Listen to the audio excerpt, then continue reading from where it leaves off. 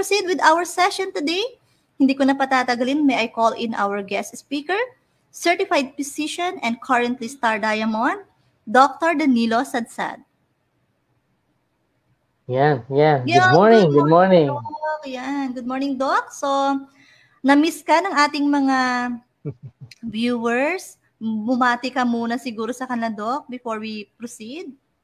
Sige, it's always a pleasure for me na magkasama-sama tayo ulit. Although, hindi pa tayo face-to-face.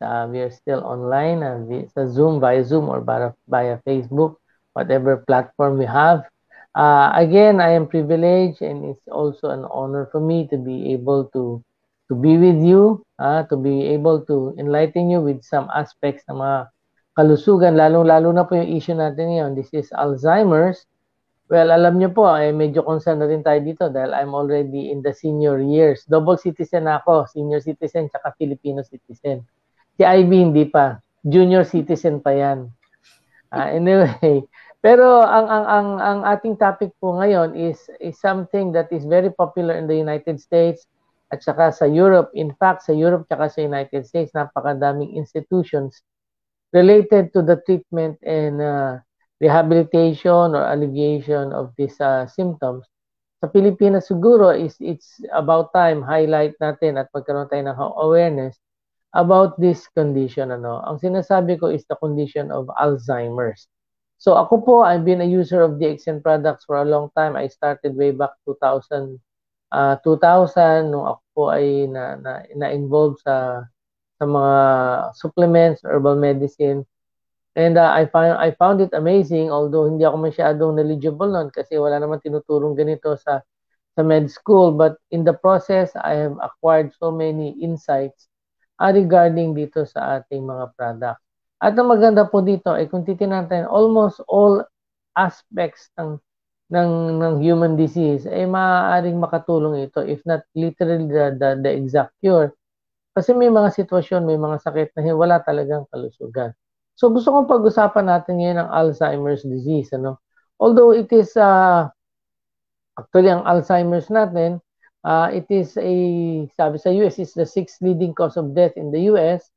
At ang Alzheimer's month actually is November, but we unfortunately, due to unforeseen circumstances, I was not able to be with you last earlier November, because of some reasons, or I think it's late November, due to some reasons in the family.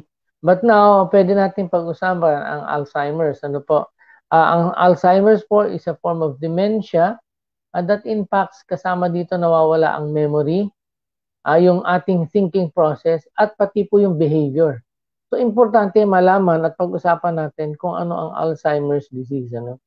So, next slide. Yan. It is a progressive, what is Alzheimer's? It is a progressive neurological brain disorder. Ibig sabihin, progressive, tuloy-tuloy yan. Mag-uumpisa sa mild, palala siya ng palala. Ano ibig sabihin? Neurological brain disorder. It involves po yung mga brain cells natin. Ano nangyayari? Unti-unting nasisira yung brain cells na ang resulta ay nag-shrink. Lumiliit po yung utak natin at saka yung ibang brain cells po ay namamatay. Nasisira po nito yung ating memory, yung thinking skills natin, yung kakayahan natin para mag-isip, and eventually yung ability natin to carry out simple tasks. Yung kagaya ng iba, hindi na nila magawa yung mga simpleng tasks ng pagsusulat, pagbabasa, panonood ng TV. Ito po isa sa mga cause common of dementia. Pag sinabi mong dementia, yung pagiging ulyanin. Sa Pilipino, common natin na biruan, ulyanin ka na, ganyan-ganyan. Kasi may mga bagay tayo na hindi natin maalala o kaya may nilagay ka isang gamit, di mo na maalala kung saan mo nilagay. Hindi pa naman Alzheimer's yun. Ayun siguro short-term memory loss lang. At po ang problema po sa Alzheimer's, ito pong dementia na to ay continuous decline in thinking. Ibig sabihin continuous decline, palala ng palala na nahirapan ka na mag-isip.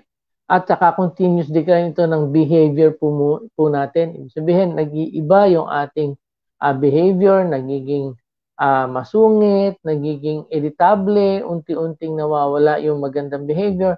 At saka yung social skills natin, hindi na tayo react o makapag-interact sa ibang tao. Una-una kasi kaya hindi tayo makapag-interact. One of the things na nawawala sa atin, yung memory, yung recognition ng name, at saka yung tao na dating kakilala mo, hindi mo na sila makilala.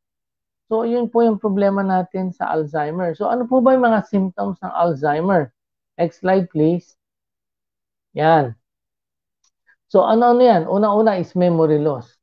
So, hindi naman ho ng lahat ng merong memory loss, may Alzheimer. Sabi nga natin, may mga senior moments tayo, minsan nakakalimutan natin because as we mature in age, ayokong sabihin yung salitang habang tumatanda tayo, pero yun po ang reality. As we mature and grow in age, yung po mga brain cells natin ay medyo nahihirapan na. Some of them die, at yung iba naman, kailangan i-revitalize natin. Kaya importante po, as early as this, meron po tayong tinatawag ng mga brain exercises. Huwag po tayo mapako sa mga routines. Gawa tayo ng mga bagay na medyo kakaiba para mas challenge yung brain natin na mag-isip. So ito po ba isa pang symptom ng Alzheimer's is yung challenges in problem solving. So yung iba hirap na sa kanilang simple math. Although hindi naman porke mahina ka sa math, may Alzheimer ka na. Hindi po. Pero usually, if you are good before, madali ka mag-compute. Pagka nagka-Alzheimer's ka, nagdi-decline po itong capability mo. At saka yung mga familiar tasks na ginagawa mo, na dating nakakapagsulat ka, na dating meron ka mga comments na nagagawa, o siguro sa Facebook, may pa-like ka pa noon, at saka may mga comment ka pa. Once you develop yung Alzheimer's, you have difficulty in performing itong mga familiar tasks at yung mga dati mong ginagawa, nagsusulat, nagbabasa, pati yung pagsasalita mo, at nagkakaroon ka na ng misperception with time and place. Ibig sabihin, hindi mo na maalala, ba't nga ba ako nandito? Anong lugar ito? Anong araw na ba ngayon? Lunes ba ngayon? Martes ba ngayon? Linggo ba ngayon? Bakit hindi ako nagsimba? Dapat linggo ngayon pala, Lunes. O kaya Martes. So, you have this misconception na sisira ang ating perception ng time and place. And then, nahirapan tayo mag-understand ng mga visual images. Kasi po, yung mga dating familiar sa atin ng mga itsura, hindi na natin maalala. So, nagkakaroon na tayo ng problema sa mga visual images. Pati yung speaking and writing words natin, medyo mahina na. Poor judgment. Ito po isa sa mga delikado sa mga Alzheimer's. Poor judgment. Lalong-lalo na yung tatawid ka ng kalsada, hindi mo na alam. O kaya bababa ka ng stairs, hindi mo na alam yung pagtansya mo. And then there are these changes in mood and personality. Ibig sabihin, nagbabago ugali, nagbabago ang kanyang, yung iba dating masayahin, nagiging tahimik, yung dati naman tahimik, minsan nagiging aggressive. Kasi nga, hindi na siya familiar dun sa dati niyang ginagawa. At nagpo-problema siya ng pag-remember, yung pag-recall ng mga recent events. Actually, may mga kaso nga na Alzheimer's, kakakain lang nila, ang feeling nila hindi pa sila pinakain. Kaya yung nagiging problema natin. So, ito yung mga symptoms ng Alzheimer's. Now, ano yung mga ibang mga importanteng bagay na dapat natin na malaman tungkol sa Alzheimer's? Why are we going into this awareness? So, what are the 5 important things to know about Alzheimer's? So, unang-una, you can lose your sense of smell. So, ito yung isa sa mga early signs. Ngayon kasi pag nawalan ka ng pang-amoy, ang iniisip nila COVID kagad. Diba? Well, this is also one of the early signs of Alzheimer's disease. Kasi po ang sense of smell natin is connected to our brain for interpretation ng smell. Well, ito po isa maganda na trivia or insight ay yung drinking coffee. Yung mga friends daw po at saka mga Germans, they discovered na ang caffeine po ay merong magandang epekto kasi nadidelay niya yung memory decline. Ibig sabihin, natutulungan ng caffeine na ma-stimulate yung brain mo kaya hindi ka madaling mag-ulyanin pag nagkakape ka. So good news yan sa ating mga DXN coffee drinkers. So just go and drink your coffee. And then, ang isang mga problema din, yung ating Alzheimer's is usually linked to heart disease. So kung minsan yung mga sakit sa puso, lalong-lalo na yung untreated, mga may increase ito ng risk ng Alzheimer's disease. Kasi ang problema natin dito, yung problema ng sinasabi nila vascular dementia, ibig sabihin, pagka sumisikip yung mga ugat natin, isa sa mga effect nito is kinukulang ng oxygen yung ating brain. Blood supply sa ating oxygen sa brain natin. So we must be very careful, lalo sa mga mga linkages sa heart disease. Ano yung mga risk factors? Mataas ang cholesterol, walang exercise, mataas ang blood pressure, di ba? So you have to have your heart check also. You have to have a healthy heart para maiwasan natin isa sa mga bagay na pwede natin gawin para hindi tayo magkaroon ng Alzheimer's. And then of course, maging aware tayo na mataas ang cost ng Alzheimer's. In 2050, itong prediction nila, treatment cost of Alzheimer's is expected to balloon to $1 trillion. US statistics po ito. At ito po, ang mga babae po is more prone than men. Brain shrinkage in women appears to be more severe than in men. Bakit kaya? Siguro ang isa sa mga ito is yung mga babae na hindi masyadong active. Pero ngayon po, mga babae is very active and dynamic na. So probably depende kung magbabagong statistics na to. So next slide po. Why we have this awareness month? So it is important because this disease is progressive. And at ang problema nito, it interferes with our memory. Yung productivity natin apektado din. At dapat po dito makita natin kung ano yung pwede natin magawa. Isa po sa mga gusto nilang gawin if you have Alzheimer is to encourage a routine. Yung pong routine na to ay pag medyo may symptoms na Alzheimer's, yung memory loss, para hindi ka masyado mahirapan in remembering, dapat daw pagka ikaw ay nag-ayos ng gamit, same places at always at the same time. Yung routine mo, anong oras ang kain, anong oras ang galaw mo, anong oras ang paligo, dapat yun eksakto, parang dekahon lahat. So this is one way of addressing yung mga problema sa Alzheimer's. So ito po yung Alzheimer's disease, konting trivia o konting insight lang sa statistics niya sa US. Sa United States daw, Alzheimer's and dementia deaths, nag-increase siya ng 16% during the pandemic ng COVID-19. Well, probably yung kasi isa din problema natin sa pandemya is poor oxygenation. So yung poor oxygenation ng ating katawan, ng heart, pati brain natin naapektuhan. Kaya ang problema natin dito, tumaas siya nung panahon ng pandemya. And still Alzheimer is the most common form of dementia. Almost 60 to 80% ng diagnosed cases ng dementia is kadalasan po Alzheimer. Although siguro sa US mas medyo aware sila dito. Well, in the Philippines po may mga psychiatrists na rin tayo na pwedeng makatulong sa atin na magkaroon ng awareness. Kasi kung minsan may mga cases po tayo pagka may mga dementia na, we just keep our old people at home. Meron po akong kasama na ganyan when I was still a physician in Mercury Drug. Yung nanay nila is with Alzheimer already. Hindi nila masyadong natutukan in form of yung talagang Alzheimer care. Yung kung matanda nakalabas ng bahay one time, hindi sila aware. Alam niyo po, it took them several years. Hindi na nila makita yung matanda kung saan na nag-grow. Siyempre, wala nang memory yun, wala siyang kakayahan makauwi. So, yun po yung problema. Kaya dapat magkaroon tayo ng awareness at magkaroon tayo ng konting, sabi nga natin, sensitivity sa mga symptoms nito para makita natin ng maaga. Kung may mga kamag-anak tayo, may kasama tayo sa pamilya na kailangan na matulungan, as early as the early symptoms, dapat po matulungan na natin sila. Bakit po? Because these are some of the facts na makita natin sa Alzheimer's, although ang data is from America. Tingnan natin po next slide. Yan, the number of Americans living with Alzheimer's is growing and it's growing fast. More than 6 million Americans of all ages have Alzheimer's. Although ang Alzheimer's po is common at the age of 65 and above.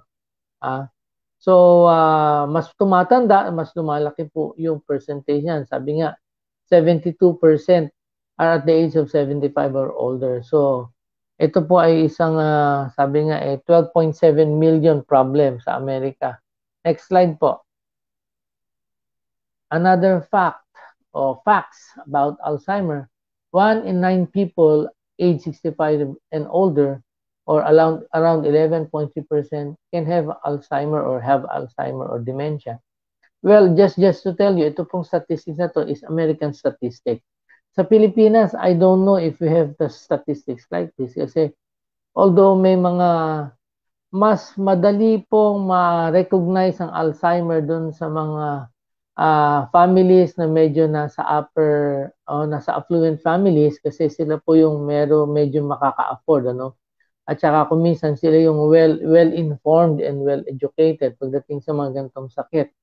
Pero when you're in the middle income and lower income family, kadalasan po ito parang nawawalang bahala. Ay, kasi matanda na yan, kaya hulyanin na. So, we don't really look into it. Pero dapat siguro magkaroon tayo ng awareness. So, other facts, almost 2/3 of Americans with Alzheimer's are women. So, yung mga matatanda po natin na women, if they have signs.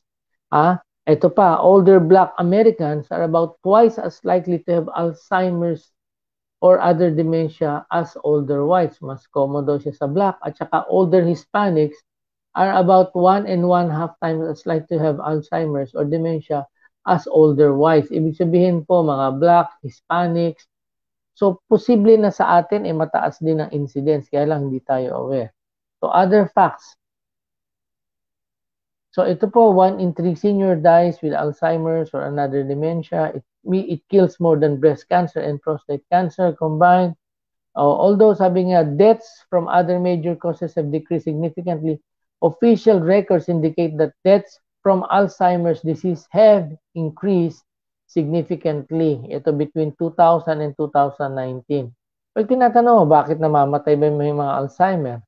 Kasi po talagang sa totoo lang, marami pong complication ng Alzheimer's. Probably we'll talk about it later. So next slide po.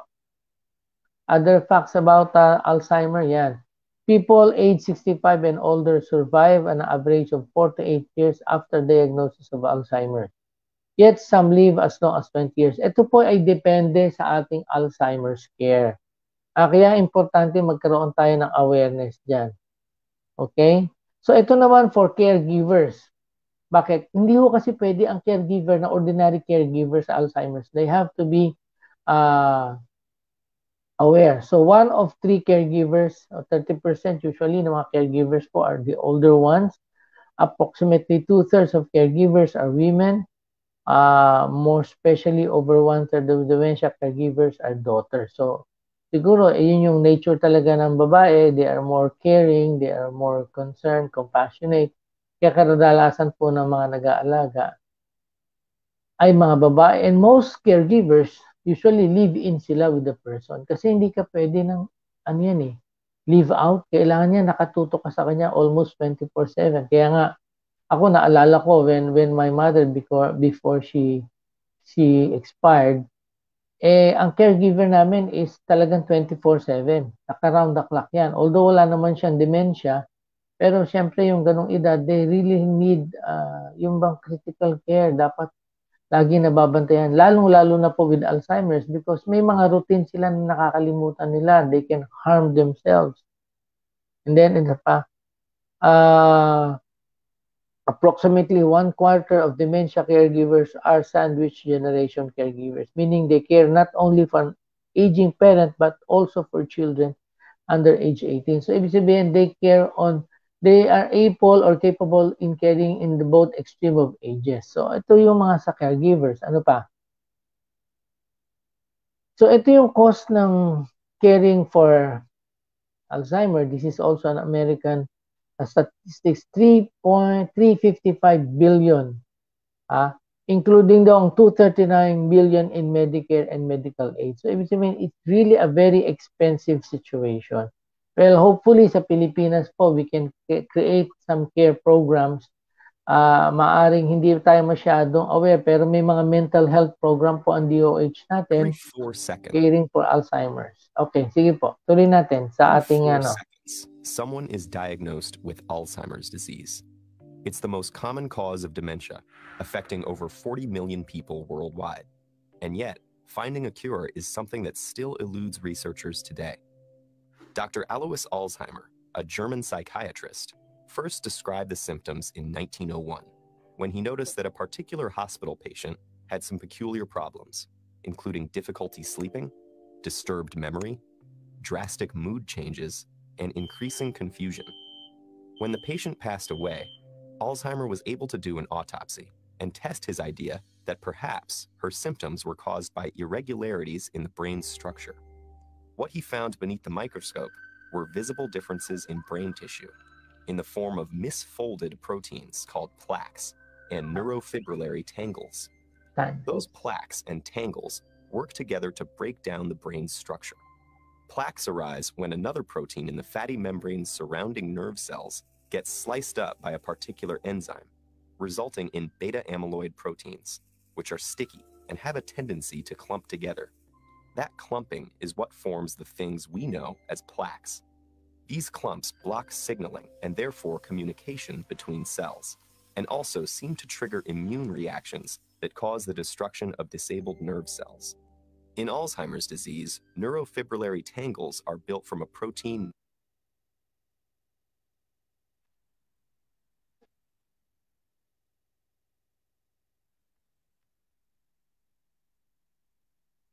Okay.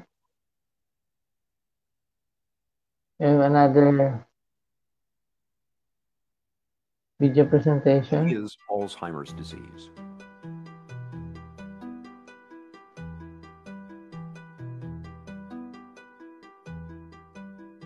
Alzheimer's is a slow, fatal disease of the brain affecting 1 in 10 people over the age of 65. No one is immune. The disease comes on gradually as 2 abnormal protein fragments called plaques and tangles accumulate in the brain and kill brain cells. They start here in the hippocampus, the part of the brain where memories are first formed. Over many years' time, the plaques and tangles slowly destroy the hippocampus, and it becomes harder and harder to form new memories. Simple recollections from a few hours or days ago that the rest of us might take for granted are just not there. After that, more plaques and tangles spread into different regions of the brain, killing cells and compromising function wherever they go. This spreading around is what causes the different stages of Alzheimer's. From the hippocampus, the disease spreads here to the region of the brain where language is processed. When that happens, it gets tougher and tougher to find the right word. Next, the disease creeps toward the front of the brain, where logical thought takes place. Very gradually, a person begins to lose the ability to solve problems, grasp concepts, and make plans. Next, the plaques and tangles invade the part of the brain where emotions are regulated. When this happens, the patient gradually loses control over moods and feelings. After that, the disease moves to where the brain makes sense of things it sees, hears, and smells. In this stage, Alzheimer's wreaks havoc on a person's senses and can spark hallucinations. Eventually, the plaques and tangles erase a person's oldest and most precious memories, which are stored here in the back of the brain. Near the end, the disease compromises a person's balance and coordination. And in the very last stage, it destroys the part of the brain that regulates breathing and the heart. The progression from mild forgetting to death is slow and steady, and takes place over an average of 8 to 10 years. It is relentless and, for now, incurable. Helping your family, friends, and neighbors to better understand Alzheimer's will reduce stigma, improve care, and even help the fight for a cure. Thanks for helping to do your part.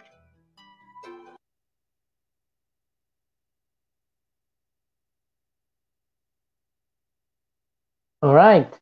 So, we're back. So, ito po yung importansya natin sa Alzheimer's. So, kikita natin, as of now, there is no known cure. Although may tinatawag tayong mga treatments and therapy to somehow slow down the disease process. Pero ito po ay progressive. Ibig sabihin, when it sets in, tuloy-tuloy na po yan. Mahirap po siyang pigilin.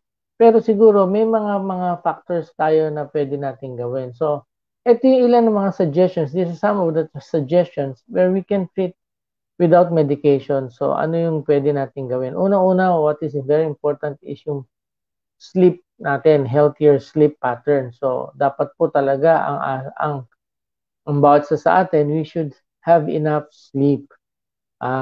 Feel calmer and happier. Ibig sabihin, walang masyadong stress. Well, although this is very difficult to achieve kasi lalo-lalo panahon ngayon ng pandemic, so maraming stress, mahirap maging kalma. Pero sabi nga natin, do not be anxious about anything, sabi ng Bible. Sabi niya, do not worry, yan din ang sabi ng Bible. Kasi the worrying cannot add even a minute to your life. Tama naman. So if we can't do anything about a situation, wag po na po natin sabi natin, yung guluhin yung ating isipan. Just let it go. If you can't do anything about it, let it go. Keep doing daily activities for longer time. Yung mga daily activities natin, dapat po ituloy-tuloy yan. And then, lighting daw po, importante yan. Alam niyo po, minsan mas kalmado sa ating isip o utak, yung medyo dim ang lighting. Huwag yung masyadong bright kasi po nakakaano yan. Parang nakaka-irritate, lalo na sa ating eyes. And then also listen to favorite music. Well, music is really soothing. Music also, sabi nga nila, is therapeutic. Nakakatulong po yan makapagpatulog, makarelax. Ako po, I have developed a habit of listening to music while sleeping. Parang hinahanap-hanap na ng tenga ko. Meron ako mga sleep music sa aking playlist na talagang pinili ko lang siya para to help me relax, to help me feel good pagka ako yung nakahiga na. So, yun po, importante yan. And then, look at photos and talk about life events. Ibig sabihin, hindi naman ikaw titingin mong litrato at ikaw magsasalita mag-isa, no? Try to share these happy moments with people that you know, people that you care for, and people that cares for you. Anak mo, kapatid mo, kaibigan mo, asawa mo, kung may boyfriend ka, kung may girlfriend ka, discuss yung mga happy moments. Maganda po yan. And then also, try playing games, then puzzles. Yung mga puzzles po, maganda kasi it stimulates thinking. Well, calendars po, you can project dates, calculate what you will do, o kaya mga planning po natin, even plan a trip. Kasi maganda po dyan, kasi kailangan din po sa Alzheimer's natin para hindi tayo masyadong magkaroon ng progression na mabilis, maging busy tayo physically para maganda ang blood circulation nyo, maganda ang oxygenation ng brain. So, brain exercise with a small group of people. Ito po yung mga therapy sessions na. So, bibigyan tayo ng mga tasks para kung tayo ay mag-iisip. So, ano yung steps to reverse memory loss? So, maganda po, mabalance natin yung blood sugar natin. So, we eat talagang tunay na pagkain, whole foods, wag po yung mga instant na mga tinitimpla-timpla. More on talagang whole fruits, vegetables. And then, yung kainin po natin prutas ay low in glycemic, yung tinatawag na glycemic index. Ibig sabihin, hindi siya nakakataas ng sugar. Ano ba yung mga prutas na hindi nakakataas masyado ng sugar? Well, you have your grapes, you have your apples, banana, okay din, pero may mga varieties ng banana na medyo high ang glycemic index. Ano yung high ang glycemic index? Ay yung matatamis mo na yung mga mangga, mga langka, yan, matataas ang glycemic index yan. And then, eat healthy fats that makes your brain happy. Alam niyo po ba ang healthy fats kung saan yung makukuha? Walang iba kundi sa mani. Yung fats po sa mani is good for the brain. So, maganda po yan.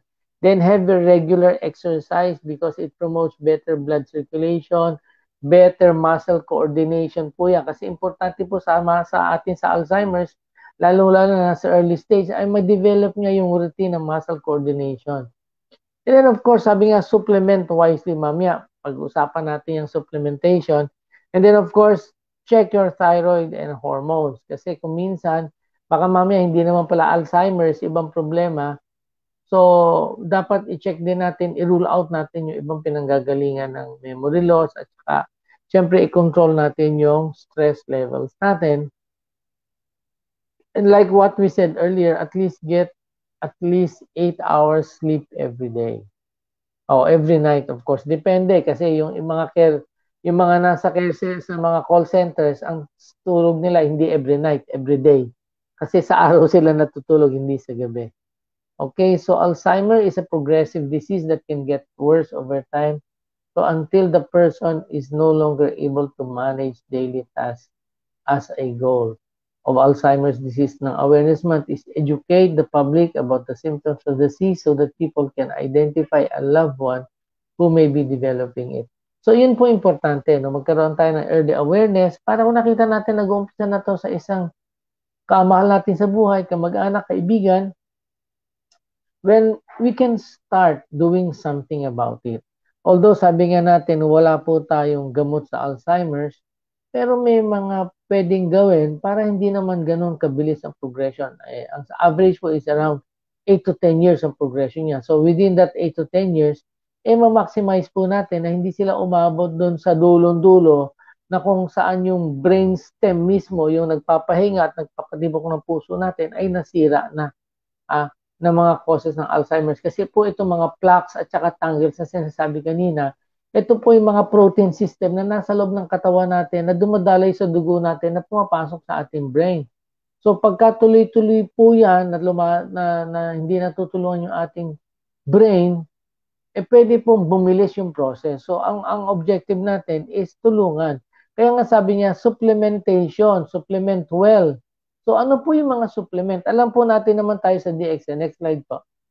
Sa DXN po, marami tayong supplement that can help our body para maging maayos yung nutrition niya. Kasi po ang nutrition natin ay malaki ang role para sa kalusugan, hindi lamang ng ating katawan, even for our brain. So tingnan po natin, ano yung mga products natin na binigay. So unang-una po in our list is our Ganoderma. So alam po natin, next slide po.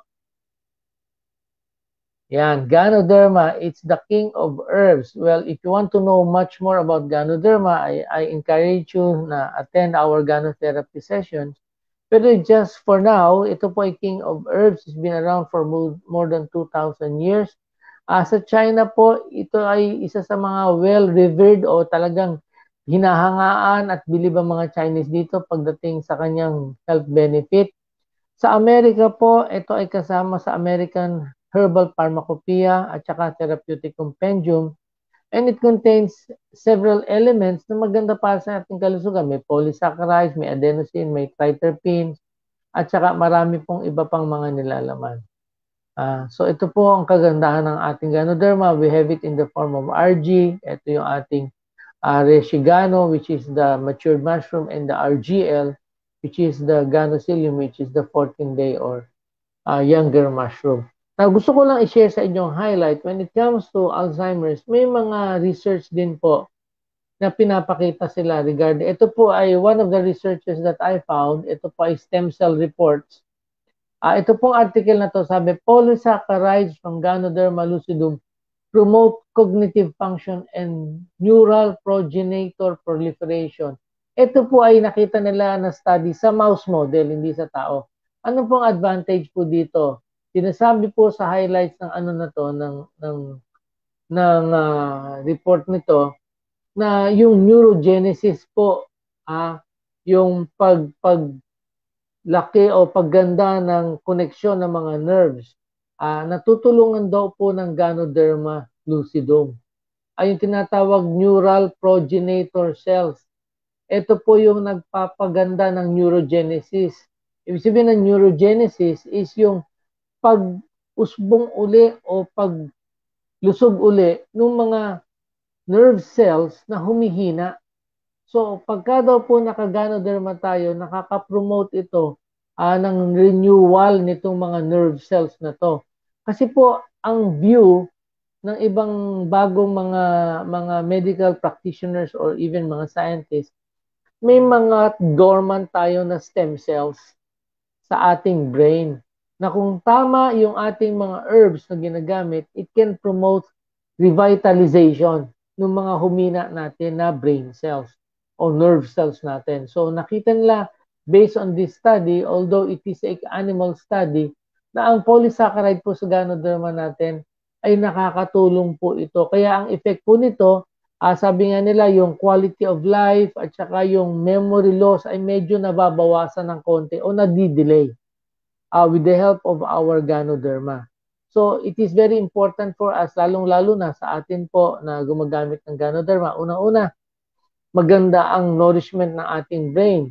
Tapos po, yung mga free radicals, mga toxins na sumisira sa ating brain, dahil alam natin maraming antioxidants ang Ganoderma, natutulungan po niyang mapigilan. So in terms of prevention, maganda po ang Ganoderma para maiwasan natin yung tinatawag natin dementia or Alzheimer's disease.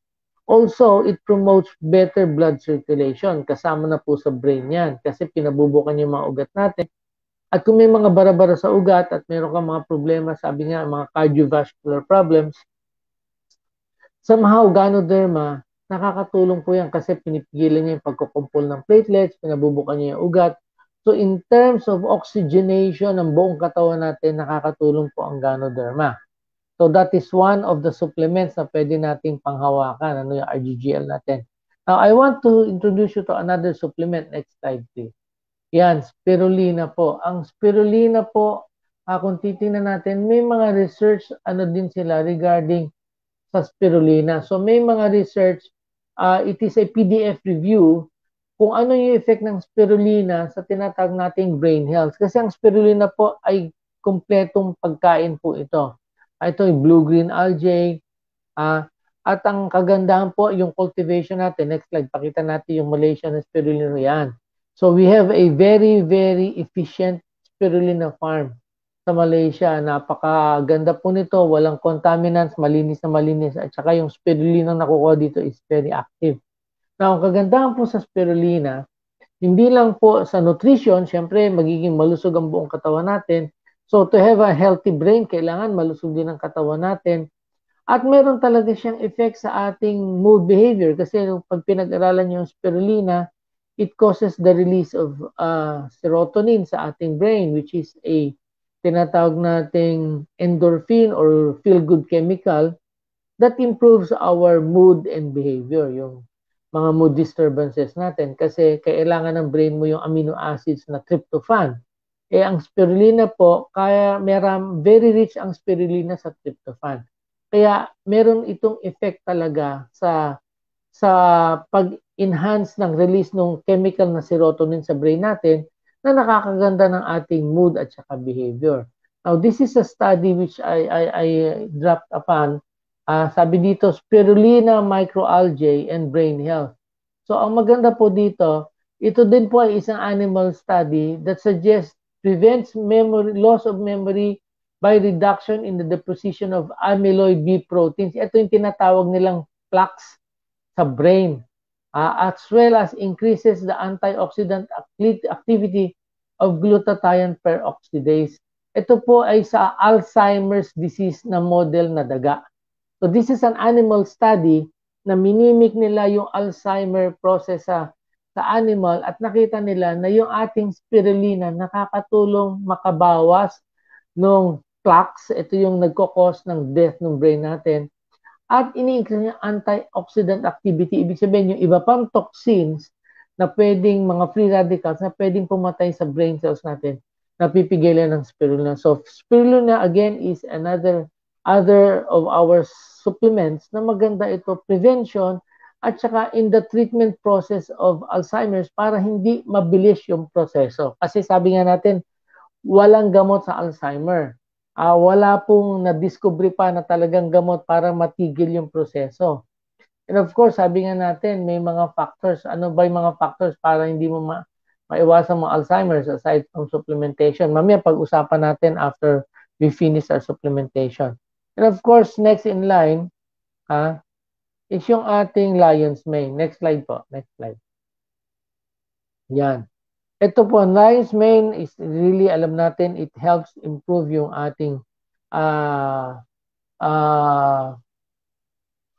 tinatawag na nerve growth factor. So it is very, very efficient po yan sa ating brain. So ito yung isa sa nakita ko sa study na ang lion's mane po ay nakakatulong talaga sa pag-promote ng tinatawag na neurite growth para sa dementia patients. Ito ay isa sa mga studies na one small clinical trial in patients with Alzheimer's disease suggests that lion's mane treatment over 49 weeks improve activities of daily living. Ano po yan? Yung personal hygiene, dressing, preparing food. Yun yung mga nakita nila na isa sa mga naitutulong ng Lion's Mane sa mga Alzheimer's. Bakit? Ano bang action ng ating Lion's Mane? Ang maganda po sa Lion's Mane, it helps po improve yung tawag na nerve growth factor. Ano po yung nerve growth factor? Isa po sa napuputol sa atin sa Alzheimer's ay yung mga duktong-duktungan ng mga nerve cells kung saan doon po dumadaan yung tinatawag nating current o parang transmission ng ating memory, tsaka yung function ng nerve cells. Natutulungan po ng Lion's Mane itong mga neurite o dendritic connections na to, yung mga dikit na sugpungan na yan, parang galamay at kamay na ating nerve cells na tumubo at mag-reconnect. So, in some way, nakakatulong po si Lion's Mane na mag-improve yung brain function natin, palusugin yung remaining healthy brain cells. Kaya po yung memory loss, yung cognitive loss natin, medyo bumabagal. Even po yung ating tinatawag na mga logical daily activities na i-improve mo yan. So, yun po yung maganda sa atin sa Lion's Mane. So, kung tingnan po natin, we have so many products that can help out. Lahat po yan nakakatulong. So, importante po sa atin. Next slide po, just to show you yung critical care. Next slide, this Lion's Mane Coffee. Of course, next slide po. Isa pa, yan. So, it is critical that we keep up the fight against Alzheimer's until a cure is found. So, kasi po, as of now, wala pang cure. And continue to care for all those affected by this condition. Let us always show care and affection and ultimately, sabi nga, share the love for everyone. Now, gusto ko lang makita natin, so ano yung mga risk factors? So, una-una ang risk factors ng Lion's Mane, age. So, maging conscious tayo for our elderly people. And then, kung meron tayong history sa ating family ng merong Alzheimer's, then most likely, maaari, ito po ay ma-carry on sa ibang generation. So, isa pa sa mga pwede daw panggalingan ng mga Alzheimer ay yung mga frequent health trauma. So, sabi nga natin, be careful with your head. Huwag nyo basta-basta inuuntog lang yan. Kasi yung mga head trauma po na yan can be a greater risk for Alzheimer's disease. Ano pa ho? Excessive alcohol consumption may affect po ang alcohol sa ating brain because alcohol denaturizes protein. At ang alcohol po ay tumadaan sa blood-brain barrier. So, kaya nga kayo nalalasing, kaya kayo nagiging tipsy. Kasi po, naapektuhan ng alcohol ang brain natin at pinapatay din po ng alcohol ang ating brain cells. Poor sleep patterns and siyempre lifestyle na meron dapat healthy heart. Iwasan po natin yung sedentary na lifestyle. Tulungan po natin na hindi tayo masyadong maging overweight. And then, of course, cigarette smoking at saka second-hand exposure sa cigarette. Kung meron tayong high blood pressure, we have to really control that high blood pressure para hindi ma-compromise yung blood circulation sa brain. High cholesterol can block your blood vessels. Mahihirapan din ang oxygenation sa brain.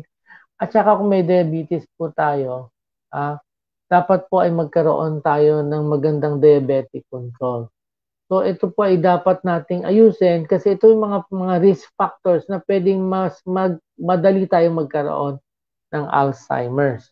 So this is our topic for today. Sana magkaroon tayo ng awareness kasi sa Pilipinas po, di tayo masyadong aware. And I hope with this simple talk, ay mag-spark tayo ng awareness to be able to identify and care for our people, our loved ones with Alzheimer's. So thank you very much and good morning to everyone.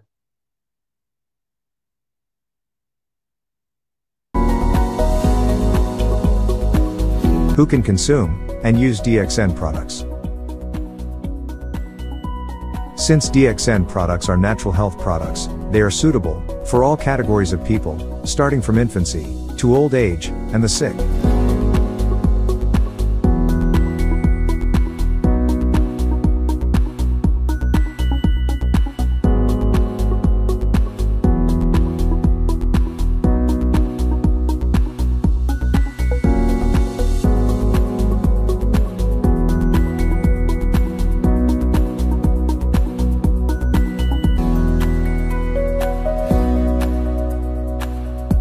Make sure you find the time and spend some money for your health before it is too late.